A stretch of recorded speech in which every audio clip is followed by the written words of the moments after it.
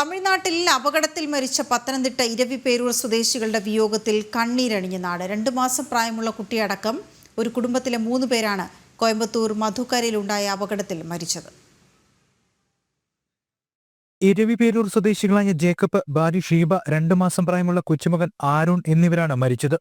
ഗുരുതര പരിക്കേറ്റ ആരോണിന്റെ അമ്മ അലീന കോയമ്പത്തൂരിലെ സ്വകാര്യ ആശുപത്രിയിൽ ചികിത്സയിലാണ്. BSc നഴ്സിംഗ് അവസാന വർഷ വിദ്യാർത്ഥിനിയായ അലീനയുടെ പരീക്ഷയ്ക്കായി ഇന്ന് പുലർച്ചെ 4 മണിയോടെയാണ് ജേക്കബും കുടുംബവും ബംഗളൂരുവിലേക്ക് ഇരവിപേരൂരിലെ വീട്ടിൽ നിന്നും തിരിച്ചത്.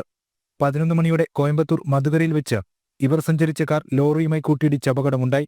മരിച്ച 3 പേരുടെയും മൃതദേഹം കോയമ്പത്തൂർ മെഡിക്കൽ കോളേജ് ആശുപത്രിയിലാണ് സൂക്ഷിച്ചിരിക്കുന്നത്. ഇരവിപേരൂരിൽ നിന്നും ജേക്കബിന്റെ ബന്ധുക്കൾ കോയമ്പത്തൂരിലേക്ക് തിരിച്ചിട്ടുണ്ട്. അപ്രതീക്ഷിത അപകട വാർത്തയുടെ ഞെട്ടലിലാണ് നാട്. ഇപ്പോൾ അവരുടെ മോക്ക് ഒരു എക്സാം ഉണ്ടെന്ന് പറഞ്ഞ് നേഴ്സിങ്ങിൻ്റെ, അതിനുവേണ്ടി ബാംഗ്ലൂരിലേക്ക് ഇവരിന്ന് രാവിലെ ഒരു 4:30